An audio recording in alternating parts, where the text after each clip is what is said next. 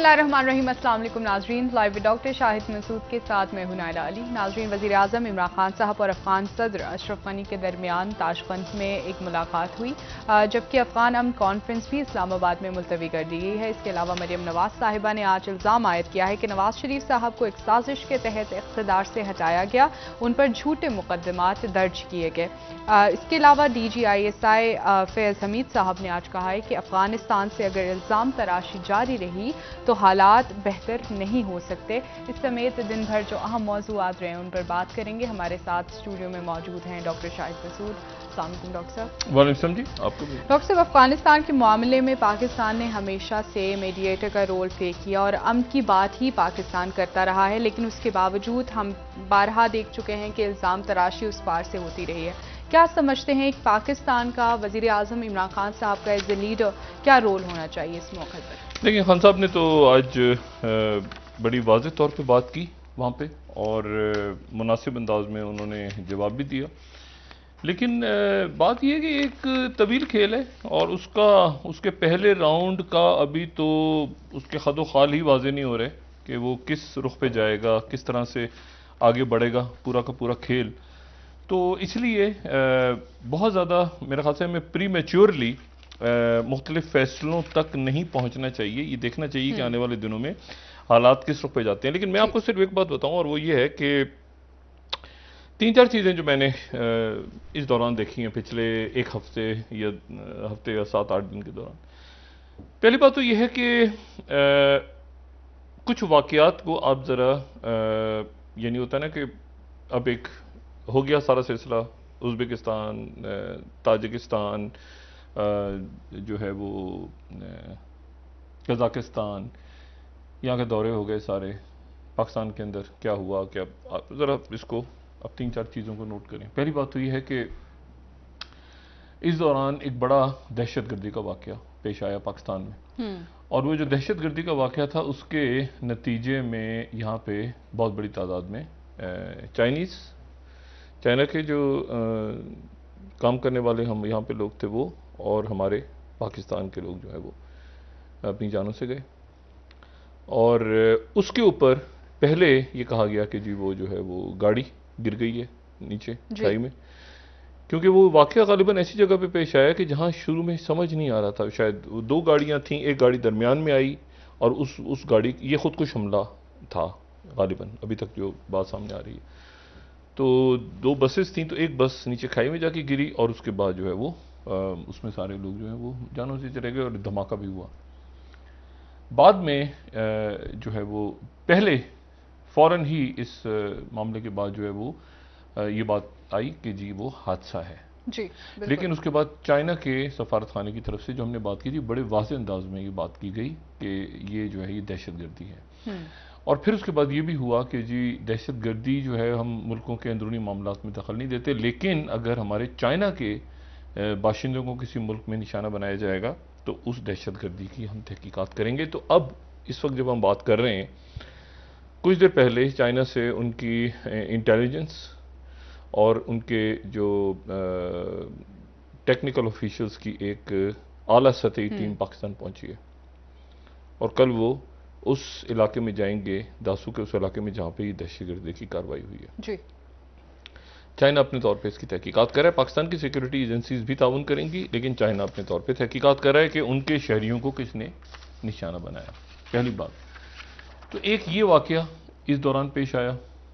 दूसरा जो है वो ये है कि अशरफ गनी साहब की आज गुफ्तगू से पहले कल उनके नायब सदर अमरुल्लाह साले ने ये इल्ज़ाम लगाया। अमरुल्लाह साले NDS को भी हेड करते रहे हैं और उनका एक ख़ास मौक़िफ़ पाकिस्तान के वाले से रहा है हमेशा।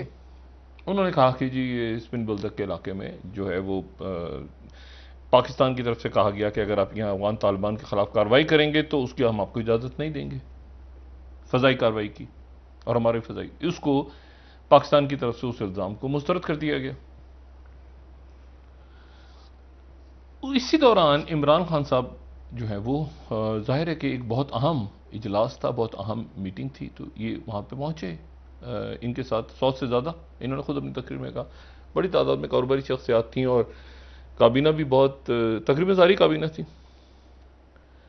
इसी दौरान वहां पे चाइना के वजीर आजम जो है वो, ये एक कम कम ऐसा होता है कि किसी थर्ड कंट्री के अंदर बात की जाए, लेकिन वहां पर चाइना के प्राइम मिनिस्टर और इमरान खान साहब की गुफ्तगू, जी प्रीमियर शी की नहीं, प्राइम मिनिस्टर की, जी चाइना के प्राइम मिनिस्टर की। उसके बाद जो है वो और उन्होंने फिर इमरान खान साहब ने उसमें तहकीकात और ये जो उसकी मतलब वो इसी के हवाले से हुई, दहशतगर्दी के हवाले से, और उसके ये उस वक्त टेलीफोन कॉल आई जब वहां टीम वहां से चाइना से तहकीकात के लिए चल पड़ी थी। दूसरी बात, तीसरी बात यह है कि जो मैंने नोट की दरमियान में कि जयशंकर जो हैं भारत के वजीर खारजा, वो पिछले चंद रोज उनके बेताबी में गुजरे, क्योंकि अफगानिस्तान के जो हालात हैं वो समझ नहीं आ रहे बहुत से लोगों को, हुकूमतों को भी, रियासतों को भी, क्योंकि अनफोल्ड हो रहा है ना खेल। देखें, मैं पहले दिन से कह रहा हूं कि अमेरिका ने बड़ी इंटेलिजेंट स्मार्ट मूव वो पुल आउट कर गए इससे, क्योंकि इधर गिरे, ऐसे हो, जिस तरफ भी जाए अल्टीमेटली कुछ अरसे के बाद उनको हालात सूट करेंगे। बिल्कुल। और हालात क्या कि अदम इस्तेकाम और फैलेगा। अब अमेरिका निकल गया ना तो क्या सुकून हो गया, मार्केट आई जा रही है। अच्छा, अब इशू ये है कि तो अमरुल्लाह सालेह के इस बयान के बाद दो चीजें इमरान खान साहब को करनी चाहिए थी। इमरान खान साहब को नहीं, उनकी काबीना को। ये वजीर आजम का काम नहीं होता, उनकी काबीना के लोग भी मशवरा दे सकते हैं। पहली बात तो यह है कि वो कहते हैं ना, रूल्स ऑफ एंगेजमेंट या टर्म्स तय कर लेनी चाहिए कि कॉन्फ्रेंस के अंदर किसने क्या तकरीर करनी है। अशरफ गनी साहब को, मोहतरम को, जब उनके नायब वजीर नायब सदर ने ये इल्जाम पाकिस्तान पर लगा दिए थे, तो उसके बाद पाकिस्तान की तरफ से ये बात होनी चाहिए थी अशरफ गनी से कि आप इसको मुज़ाकरात, ये होता है, लोग उठ जाते हैं, ठीक है, उठ जाते हैं, नहीं बैठते उस तकरीब में जहां पे, या तो वो माजरत करें और अपने अल्फाज को वापस लें।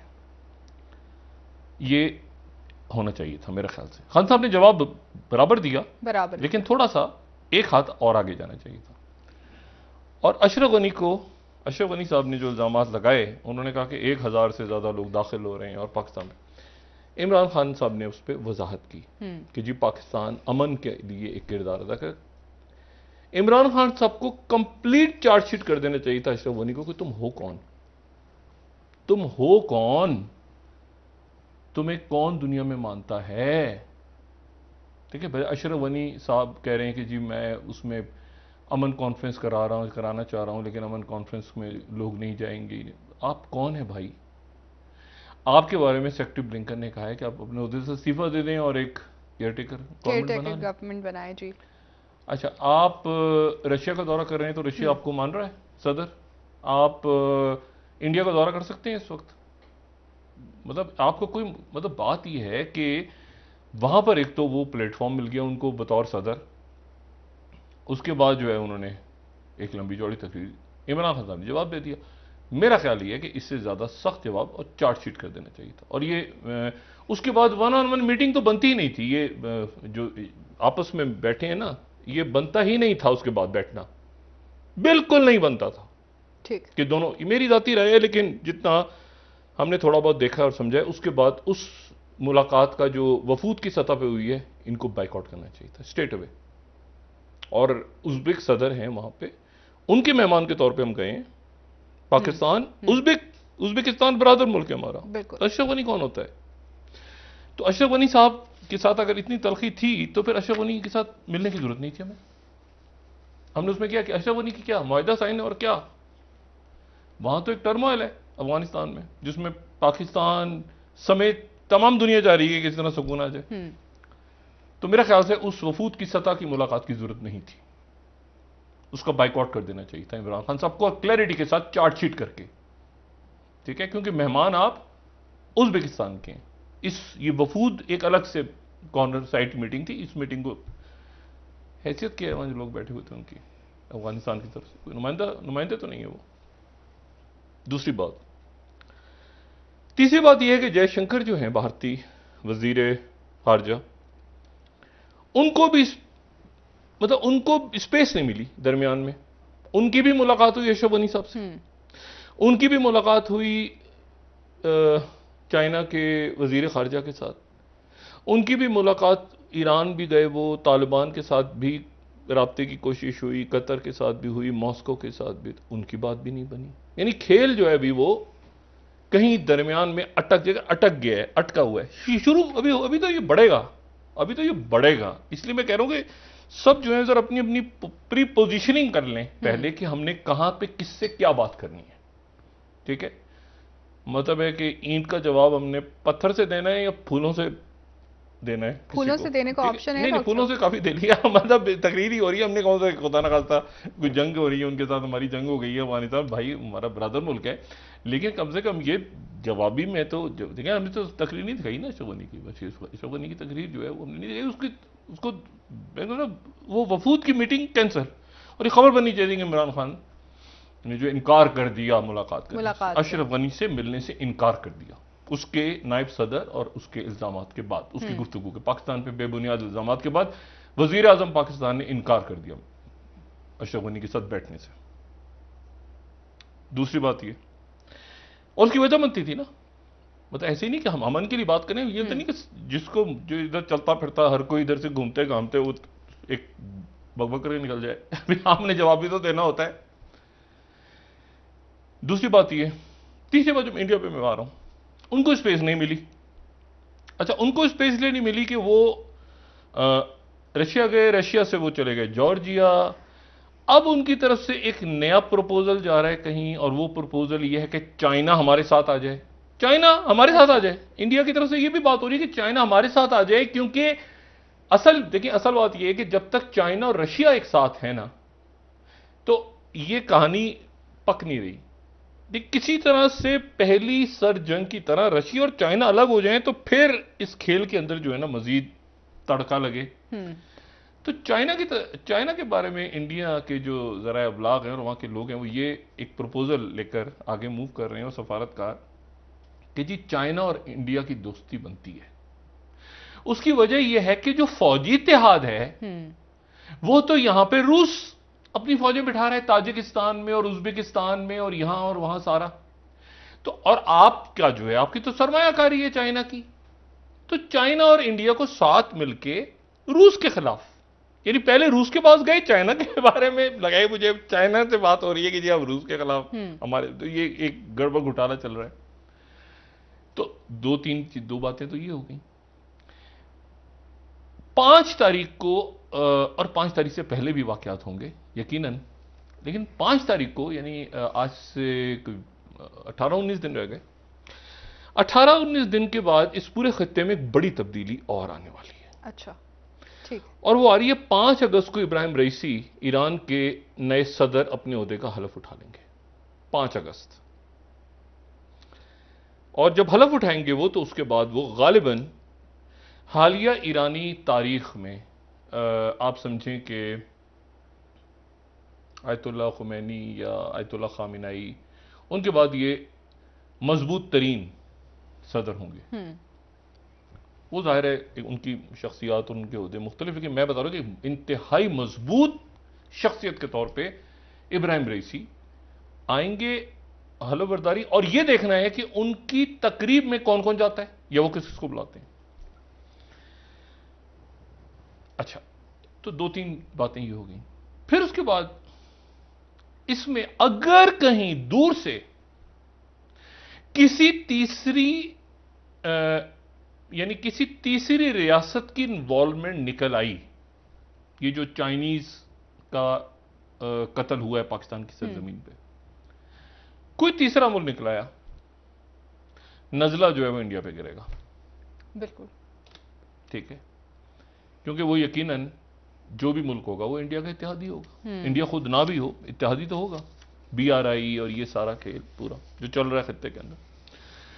और मैं आपको ये बात बताऊं कि देखें, आज बहुत ही अफसोसनाक एक वाकया पेश आया, और दानी सिद्दीकी साहब, उनको शहीद कर दिया गया।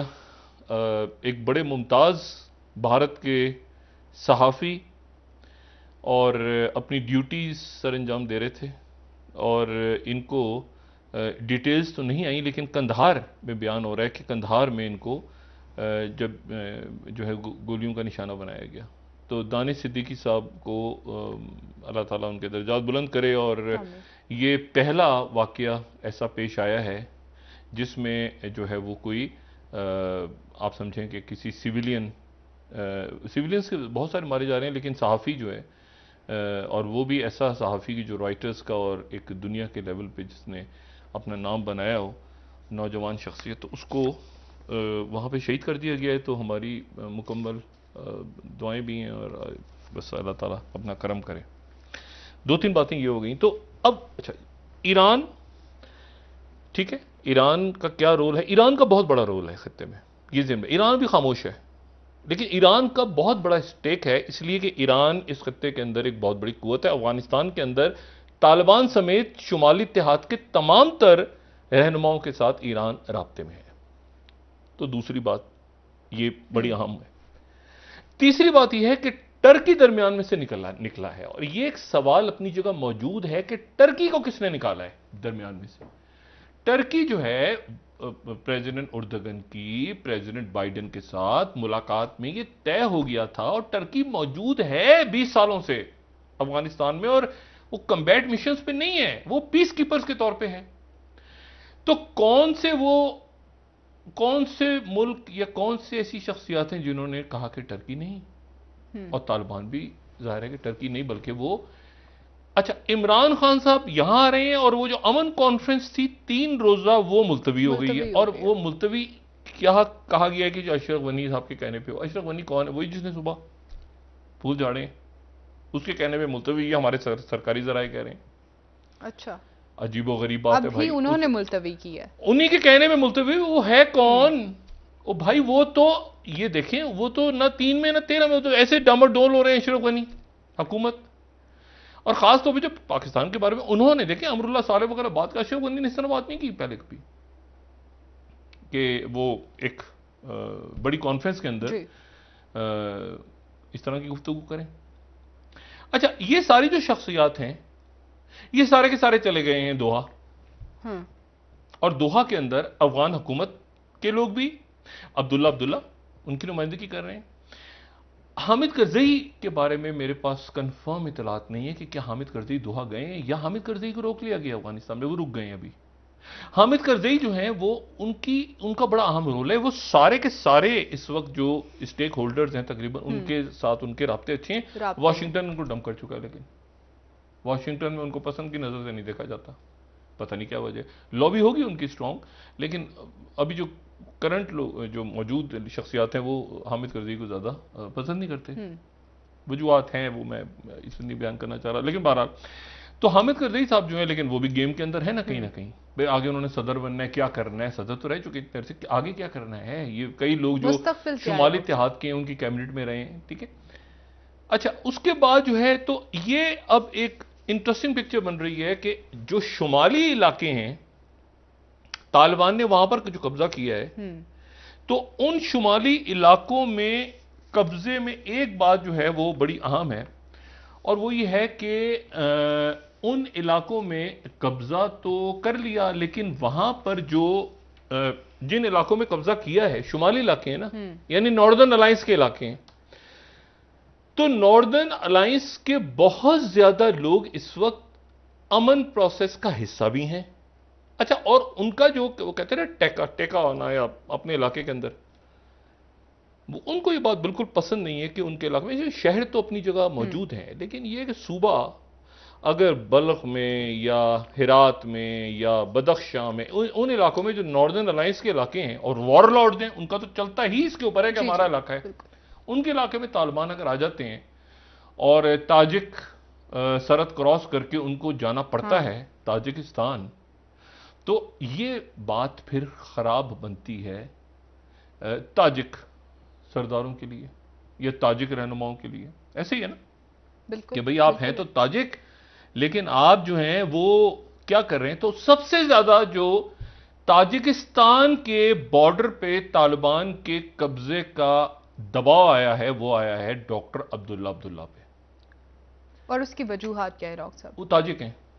आप ताजिक हैं, आप अमन गुफ्तगू कर रहे हैं तालिबान के साथ, और तालिबान ने ताजिक बॉर्डर क्रॉस किया और आप ताजिक हैं। देखिए, मैंने आपसे बात उस दिन भी बात की थी कि ये बहुत मैटर, यहां पर आप छोड़ दें कि पख्तूनों से हटके भी बहुत ज्यादा जो है ना कमर, वो सदियों पुरानी है। मैंने बात की ना, वो उस वक्त से आप शुरू करें कि मतलब ताजिक जो हैं वो ईरानी बैकग्राउंड के थे और उज़्बेक जो हैं वो तुर्की के बैकग्राउंड के थे। बात हो जाए, और यही वजह है कि जो उज़्बेक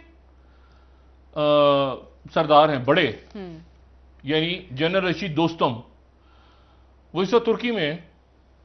उनकी तबीयत ठीक नहीं, वो अपना इलाज करवा रहे हैं, लेकिन उन्होंने तुर्की में बैठ के ये कहा है कि मैं बहुत जल्द वापस आके और तालिबान के साथ बात करूंगा। बात से मुराद ये कि अपने इलाके वापस लूंगा, ठीक है। और मोहम्मद अता नूर जो एक बड़े, ये सारे बड़े अफगानिस्तान के जब जहाज हो रहा था तो बड़े नाम है सारे उस वक्त के। बाद में कोई नॉर्दर्न अलायंस में चला गया, कोई कहीं चला गया। ये इनकी बड़ी अपनी जगह पे बड़ी अथॉरिटी है, चाहे वो इस्माइल खान हो, चाहे ये सारे। तो मोहम्मद अता नूर जो हैं वो भी ताजिक हैं। तो वो अब्दुल्ला से कह रहे हैं कि भाईजान ये क्या हो रहा है, ताजिक इलाकों के अंदर तालिबान, ठीक है। लेकिन मसला यह है कि तालिबान जो हैं वो उसमें 30% पख्तून नहीं है, उसमें ताजिक और उज़्बेक भी हैं। दूसरी बात यह है कि तालिबान ने जो कंडीशन रखी है कि 7,000 मजीद कैदियों को रिहा किया जाए और उसके नतीजे में 3 महीने के लिए हम सीज फायर कर देंगे, तो ये 7,000 कैदी तो वो छुड़वा लेंगे जेलों पे हमले करके। मसला ये कि इससे पहले जो 3,500 या 4,000 कैदी छोड़े हैं तालिबान के, उन्होंने खुद अपने छुड़वाए कैदी वो जो अमन मुआहदे के दौरान, ये उनके वो कैदी हैं जिन पे बदतरीन तशद्दुद होता रहा और जिनको मारा पीटा जाता रहा जेलों में। तो वो आगे निकल के ये जो ज्यादा आपको अग्रेसिव नजर आ रहे हैं ना तालिबान के, इधर कब्जा उधर कब्जा, वो कहते हैं कि हम तो भाई जो भी अमन मुआहिदा है ठीक है, बाहर हम आ गए हैं, लेकिन वो बहुत ज्यादा अपनी क्यादत की बात नहीं सुन रहे, उससे हटके वो जज्बाती तौर पर कह रहे हैं हम बदला लेंगे। सही, हमारे बच्चों को मारा, हमारे औरतों को मारा, जो भी उनका, तो हम तो बदला लेंगे।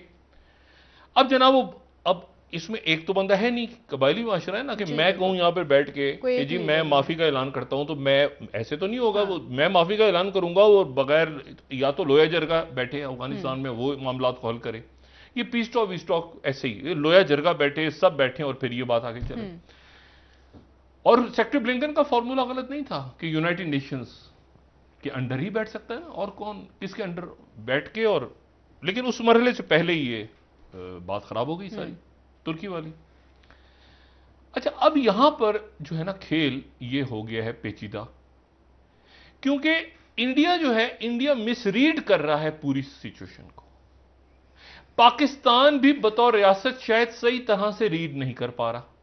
ठीक ठीक, पाकिस्तान मतलब लोग ये समझ रहे हैं कि सारे के सारे तालिबान जो है वो पाकिस्तान इशारा करेगा तो तालिबान खड़े हो जाएंगे, तालिबान बैठ जाएंगे। ऐसा नहीं है, ऐसा नहीं है, बिल्कुल नहीं है, ठीक है ना। तो अब कहीं जाके पाकिस्तान की तरफ से बयान एक आता है कि जी उसमें टीटीपी भी है, उसमें टीटीपी नहीं है, उसमें ये है, उसमें मसला ये है कि अब देखिए ना, तालिबान ये जो कल अमन कॉन्फ्रेंस थी, तालिबान ने कहा हमें तो बुलाया ही नहीं था।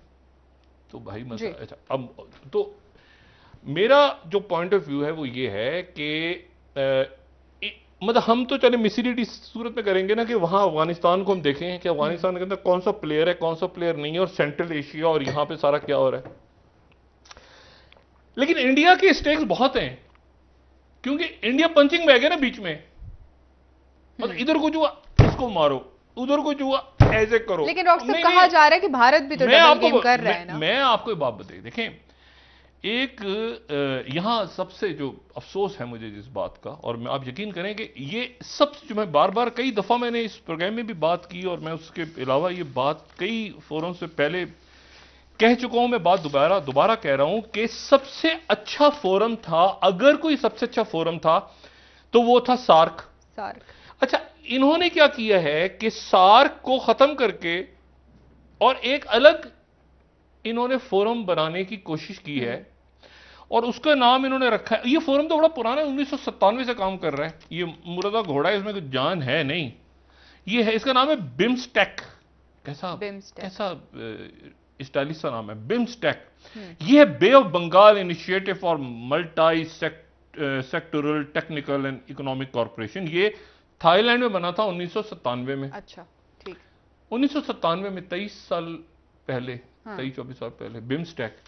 अच्छा, और इसके अंदर जो है, इसके अंदर है बांग्लादेश, भूटान, भारत, म्यांमार, नेपाल, श्रीलंका, थाईलैंड, ठीक है, यानी 1.6 अरब लोग इसमें रहते हैं। बहुत बिम्स्टेक।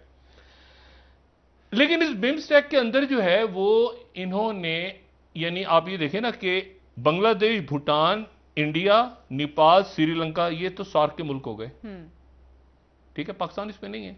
और 2 मुल्क इन्होंने उठा लिए जनूब मशरिकी एशिया से, यानी म्यांमार और थाईलैंड, और ये बिम्स्टेक बना दिया। बिम्स्टेक का मतलब है कि जो खलीज बंगाल के गिर्द मुल्क हैं, भूटान कहां से आ गया खलीज बंगाल के गिर्द, ठीक है, मकसद क्या है? नेपाल कहां से आ गया, चले वो ठीक है। मकसद यह है कि सार्क के मुतबादिल एक अलग फोरम बना लिया जाए, और उस फोरम को बनाने का मकसद यह है कि वो जो चिकन नेक है, चिकन नेक के पार जो नॉर्थ ईस्टर्न स्टेट्स हैं इंडिया की, अरुणाचल प्रदेश, आसाम, नागालैंड, मणिपुर, त्रिपुरा, मिजोरम, यहां पर जो आने वाले दिनों के अंदर अफरा तफरी बढ़ने जा रही है, क्योंकि वहां के लोग चेयरमैन माओ से मुतासिर हैं, और बहुत बड़ी तादाद में, लाखों की तादाद में लोग बांग्लादेश से और म्यांमार से वहां आ चुके हैं। अब मसला यह है कि ये वहां पर प्रोजेक्ट बनाना चाह रहे हैं। 2 प्रोजेक्ट्स हैं, India, Myanmar, Thailand trilateral highway बनानी है, जो कि आगे कंबोडिया, लाओस और वियतनाम तक जाएगी। तो भाई पहले तो म्यांमार में जाएगी, तो म्यांमार में तो देखिए ना, इंडिया, म्यांमार, थाईलैंड, तो म्यांमार में तो फौजी जनता बैठी है।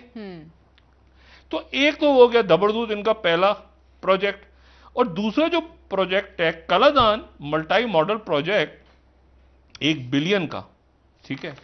अच्छा, वो जो प्रोजेक्ट है वो भी इस तरह से शुरू होता है कि वो भी Cambodia, Laos, Myanmar and Vietnam, वो भी वहीं से गुजर। सर, एक ब्रेक ले लेते हैं। तो असल इशू ये है कि उन रियासतों के अंदर सिक्योरिटी फोर्सेस और बाकी सिक्योरिटी किसी तरह से उन रियासतों के अंदर सरमायाकारी, रेलवे ट्रैक अलग से खोल के, क्योंकि इंडिया को एहसास है और हो रहा है, अब अच्छा है, हो रहा है। देखें, ये बात हम कहते थे कि ये इनकी टॉक्स नहीं आगे नहीं बढ़ेंगी, चाइना ने आगे आके अपनी जगह लेनी है, ठीक है। अच्छा, अब चाइना वहां पर एक तो एक्टिव हो रहा है कमिंग डेज में। प्रेसिडेंट बाइडेन और प्रेसिडेंट शी जिनपिंग की मुलाकात की तैयारियां हो रही हैं। अच्छा, बाइडेन और पुतिन की नहीं, बाइडेन और शी जिनपिंग उनकी आने वाले दिनों में मुलाकात की तैयारियां हो रही हैं। एंजेला मर्कल की मुलाकात भी अच्छी रही, बहुत अच्छी मुलाकात रही, लेकिन चूंकि जर्मनी में और यूरोप में सैलाब बहुत बड़ा आया हुआ है, वहां 120 से ज्यादा लोग जो हैं वो जानों से चले गए। तो एंजेला मर्कल और प्रेसिडेंट बाइडेन की मुलाकात इस नोट पर खत्म हुई है कि नॉर्थ स्ट्रीम 2 के ऊपर हम एग्री नहीं करते, जो कि रशिया से पाइपलाइन आ रही है, लेकिन अदर देन दैट हम सारे एक हैं, और बिल्कुल अच्छे नोट के ऊपर उनके कैमला हैरिस के साथ उन्होंने नाश्ता किया। पहली दफा कैमला हैरिस साहबा ने किसी को अपने घर पे बुलाया नाश्ते के लिए, बड़ा नेक काम किया।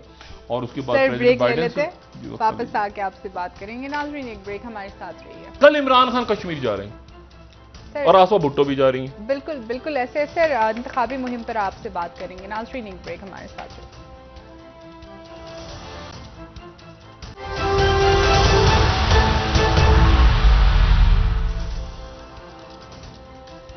वेलकम बैक नाज़रीन। जी डॉक्टर साहब, आसफा भुट्टो साहिबा और वज़ीर आज़म इमरान खान साहब इलेक्शन मुहिम के लिए आज़ाद कश्मीर जाएंगे कल से, और कहा जा रहा है कि बहुत ज़ोरों शोर से जारी है। जीत किसकी देख रहे हैं, किस पार्टी की? क्या हुकूमत कामयाब हो पाए? नहीं, अभी तो काफ़ी दिन है, और बस तलखी नहीं बढ़नी चाहिए।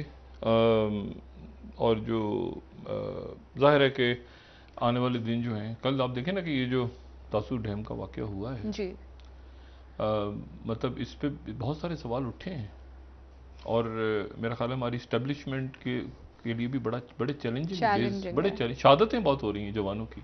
जी सर, बिल्कुल। और एकदम से ये दहशतगर्दी के वाक़यात बढ़ गए हैं, तो मसला ये है कि उसमें जो है वो इस्टेब्लिशमेंट के लिए भी आने वाले दिनों के अंदर बहुत से कुछ हुकूमत के वज़रा अगर कम हो जाएं तादाद में या तवज्जो उधर चली जाए, मतलब जो सिक्योरिटी खदशात हैं और बाकी सारे मामलात हैं, तो मेरा ख्याल है या कम बोलें, तलखी ना बढ़ाएं। लेकिन महंगाई, पेट्रोल का अचानक कीमतें बढ़ गई तो घी की भी बढ़ गई, तो इसकी भी बढ़ गई, तो ये अभी तो बजट गया है, तो उसके बाद वो सरों पे लोगों के बम गिरना शुरू हो गए। और बात करें तो कहते हैं वो सऊदी जो है वो इंडिया में इतना है तो चीन में इतना है तो इतना है, तो कुवैत की मिसाल क्यों नहीं देते, सऊदी अरब की मिसाल क्यों नहीं? आपको पता है ये तो तेल तो फ्री मिल रहा था साल 1.5 साल पहले, तो हमें तो मतलब है कि वो जब ये खान साहब का देखें एक इशू है कि खान साहब वो एहतसाब और महंगाई और इन चीज़ों से वो उनको वापस जाना पड़ेगा वापस बाहर सूरत। और क्योंकि उसकी आवाम के मसाइल हैं और ये इसमें अगर सिक्योरिटी क्राइसिस भी एड ऑन हो जाता है तो फिर क्या रह जाता है पीछे, ठीक है। तो उम्मीद है कि इस पे अपोजिशन भी कोई ऐसी बात नहीं करेगी जिसके नतीजे में मुल्क के जो सिक्योरिटी रिलेटेड इश्यूज़ हैं उन पे और हुकूमत भी नहीं करेगी। और ये जो हैं आज़ाद कश्मीर के इलेक्शंस ये एक बेहतर माहौल में हो जाएंगे, बेहतर सियासी माहौल में हो जाएंगे। अच्छा, एक बात इसमें जो और बड़ी अहम है वो ये है कि जो वॉइस ऑफ अमेरिका ने आज एक खबर दी है, women's group call for UN peacekeeping force in Afghanistan. इसको मैं बड़ी अहमियत दे रहा हूं। खवातीन की मुख्तलिफ एनजीओस ने अक़वाम मुत्तहिदा से मुतालबा किया कि वो अमन फौज अफगानिस्तान में उतार दें। 2 या 4 रोज पहले मैं ये बात कह चुका हूं कि जब अमन व अमान के हालात ख़राब होते हैं तो उसमें एक पीस कीपर्स का भी रोल होता है कि पीस कीपर्स को बुलवाया जाता है उन मुल्कों में हालात ख़राब हो गए हैं। क्यूबा के हालात ख़राब हो गए हैं, जनूबी अफ्रीका के हालात ख़राब हो गए हैं, हेटी के, तो अब कौन आके अमन बहाल करेगा? Peace keepers. और पीस कीपर्स जब आते हैं तो बस आ ही जाते हैं वहाँ पे। मैंने कभी बहुत ही कम देखा है कि पीस कीपर्स कोई मसाइल हल करके निकले हों। अच्छा, तो एक तो ये बात हो गई। दूसरी जो बात है वो ये है कि ये देखें, ये बड़ी इंटरेस्टिंग है। ये साउथ चाइना मॉर्निंग पोस्ट खबर दे रहा है, China US relation super powers jostle for position of strength in planning senior officials visit. ठीक है, वेंडी शर्मन वहाँ पे हैं और उसके बाद जो है वो negotiations could be complicated with Washington expected to impose new, लेकिन मुलाकात की कोशिश हो रही है। वेंडी शर्मन की मुलाकात की तैयारी, उनका ट्रिप होगा और उसमें फिर उसके बाद जो है वो अगर ये ट्रिप हो जाता है तो फिर इस ट्रिप के बाद फिर बाइडेन और प्रीमियर शी की मुलाकात की कोशिश हो रही है। ये बड़ी ज़बरदस्त खातून है और मेरी टीचर भी रही है इत्तेफाक से। अच्छा, हाँ, इनसे मैंने पढ़ा भी है। अच्छा, तो अब ये चीज़ें, सूरत हाल ऐसी बन गई है इस पूरे रीजन की, पूरे खत्ते की, कि उसमें इंडिया जो है वो उसके ऑलरेडी इंडिया के, देखें इंडिया के स्टेक्स हैं अफगानिस्तान में। अगर कहे कि इंडिया के लोग वहाँ नहीं हैं तो लोग हैं।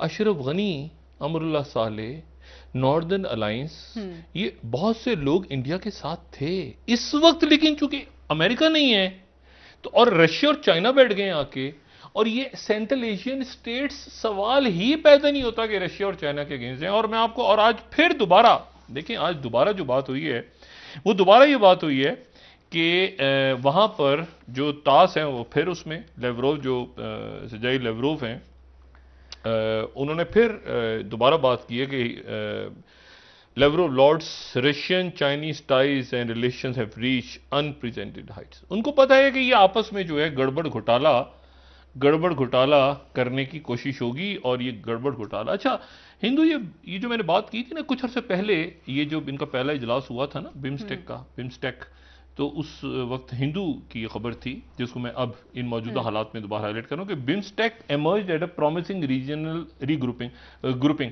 मैं बताऊं, ये मोदी साहब नहीं काम करेगा, ये मुद्दा घोड़ा बे ऑफ बंगाल वाला, बांग्लादेश, म्यांमार और श्रीलंका और भूटान तो वैसे ही अपना वो कहते हैं हमारा, और ये नेपाल में इलेक्शन हो गए नए, वहां पर जो है वो प्राइम मिनिस्टर आ गए, और वो पहले भी प्राइम मिनिस्टर हैं, बड़े ज़बरदस्त कांग्रेस के हैं। लेकिन मसला ये है कि शेर बहादुर देउबा, लेकिन ये है कि वो उनसे इंडिया उम्मीद लगा के बैठा है कि वो चूंकि कांग्रेस के हैं और वो ओली की तरह जो है वो कम्युनिस्ट पार्टी के नहीं तो शायद हमारे साथ आ जाएं। नेपाल की एक पॉलिसी होगी, नेपाल ऑलरेडी जो है वो अपने आप को अलाइन कर चुका है बड़ी हद तक चाइना के साथ। देखते हैं कि इंडिया उनको वापस खींच पाता है, नहीं उनके और इंडिया के बायलैटरल ताल्लुकात में हम नहीं जाते, लेकिन इंटरेस्टिंग डेवलपमेंट है। दूसरी जो बात है, जनूबी अफ्रीका के अंदर झगड़ा बढ़ गया हेटी और क्यूबा के बाद। पहले क्यूबा में बढ़ा, जी जी बिल्कुल, फिर उसके बाद हेटी में, और फिर जनूबी अफ्रीका के अंदर पिछले कई दिनों से लूटमार जारी है। तो फाइनेंशियल टाइम्स में उनके जो प्रेसिडेंट हैं रामाफोसा, वो कहते हैं कि unrest in south Africa is coordinated. Financial times के अंदर उन्होंने बयान दिया है कि कोऑर्डिनेटेड है। उनको जुमा, जो उनके पुराने सदर थे, उनको पकड़ के जेल में डाला हुआ करप्शन और जैकब जुमा को, तो उसके बाद से इंक्वायरी करप्शन की 9 साल हो रहे हैं, तो लेकिन 12 उन्होंने इल्जाम लगा दिए कि ये कोऑर्डिनेटेड है और प्लानिंग के तहत मेरे मुल्क में हो रहा है। क्यूबा और हेटी में पहले ही हंगामे हो रहे हैं। अब मसला ये है कि ये जनूबी अफ्रीका तो दूर है ना, लेकिन ये जो हंगामे हैं ये हो अमेरिका के पास ही रहे हैं। मसला ये है कि वेनेजुएला हो, अब इसमें जो भी हो, चाइना और रशिया जरा खामोश हो गए हैं थोड़ा सा, लेकिन जो भी हो, ये जो अफरा तफरी है, देखें क्यूबा, वेनेजुएला और हेटी, यहां की अफरा तफरी एक तो फैलेगी, कोलंबिया के लोग पकड़ लिए, हेटी के ना वो इधर के लोग, ये किसी तरह अमेरिका को सूट नहीं करता कि उनके बैकयार्ड में भी हंगामे, अदम इस्तेकाम पैदा हो जाए। देखिए ना, एक तो अदम इस्तेकाम पैदा हो रहा है चाइना और इधर, लेकिन उनको भी सूट नहीं करता कि उधर हंगामे शुरू हो जाएं और उस हंगामों के नतीजे के अंदर जो है वो नई मुसीबत, रेफ्यूजीज और ये और वो सारे। तो ये अब अजीब, और चाइना और रशिया खामोश हो गए। पहले तो उन्होंने बात की, अब वो खामोशी है, उनकी तरफ से हंगामे हो रहे हैं। तो ये बड़ी इंटरेस्टिंग बात है कि ये जो प्रेसिडेंट बाइडेन है, प्रेसिडेंट बाइडेन की एक स्टेटमेंट के ऊपर जो है वो काफी, मेरा ख्याल है कि जो अल जजीरा जिसको कोट कर रहा है कि Cuba is a failed state and representing their citizens. अच्छा, और तो अब बात यह है कि ये फेल्ड स्टेट तो क्यूबा नहीं था कुछ अर्से पहले तक, लेकिन अब वो कह रहे हैं फेल्ड स्टेट, वो ज़ाहिर नजर आती, लेकिन वो कह रहे हैं कि नहीं, वो इसीलिए मुसीबत है कि अपने ट्रूप्स नहीं भेज रहे। हेटी में अपने ट्रूप्स नहीं भेज रहे, क्यूबा में भी नहीं भेज सकते, क्यूबा में कौन बुला रहा है उनको। तो लेकिन एक मुसीबत खड़ी हो गई है पीछे, कि वेनेजुएला के बाद भी, कि पीछे अब वो एनार्की है ना एक, जिसके ऊपर उनको रोज बात करनी है, क्योंकि वो तो बराह रास्त उनसे स्टेट सवाल होता है ना। अफगानिस्तान तो बाद में होगा, पहले सेंट्रल एशिया बाद में होगा, पहले तो क्यूबा का बताएं, इसका बताएं, हेटी का बताएं। ले लेते हैं, वापस आके बात करेंगे इस पर मजीद। नाज़रीन, एक ब्रेक, हमारे साथ रहिए।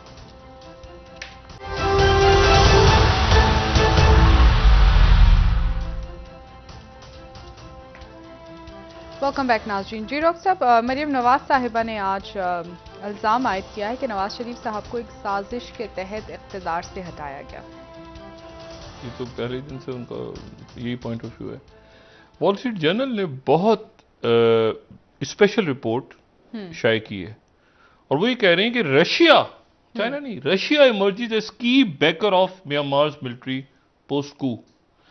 रशिया जो है वो म्यांमार के अंदर जो बगावत हुई है उसको सपोर्ट कर रहा है। इंडिया के जितने प्रोजेक्ट्स स्टार्ट हो रहे हैं उनके नॉर्थ ईस्टर्न स्टेट्स के लिए बहुत अच्छे हैं। बिम्स्टेक में गड़बड़ होगी, वो जो है ना प्रोजेक्ट्स, वो ऊपर, और वो रियासतें ऐसी हैं जो पसमानदा रह गई और वहां पे अलग, वो ठीक है। सार्क को बहाल करें। सबसे अच्छा, अगर अभी तक कोई बात गई है तो वो ये है कि पाकिस्तान और इंडिया के दरमियान बैकडोर मौजूद है।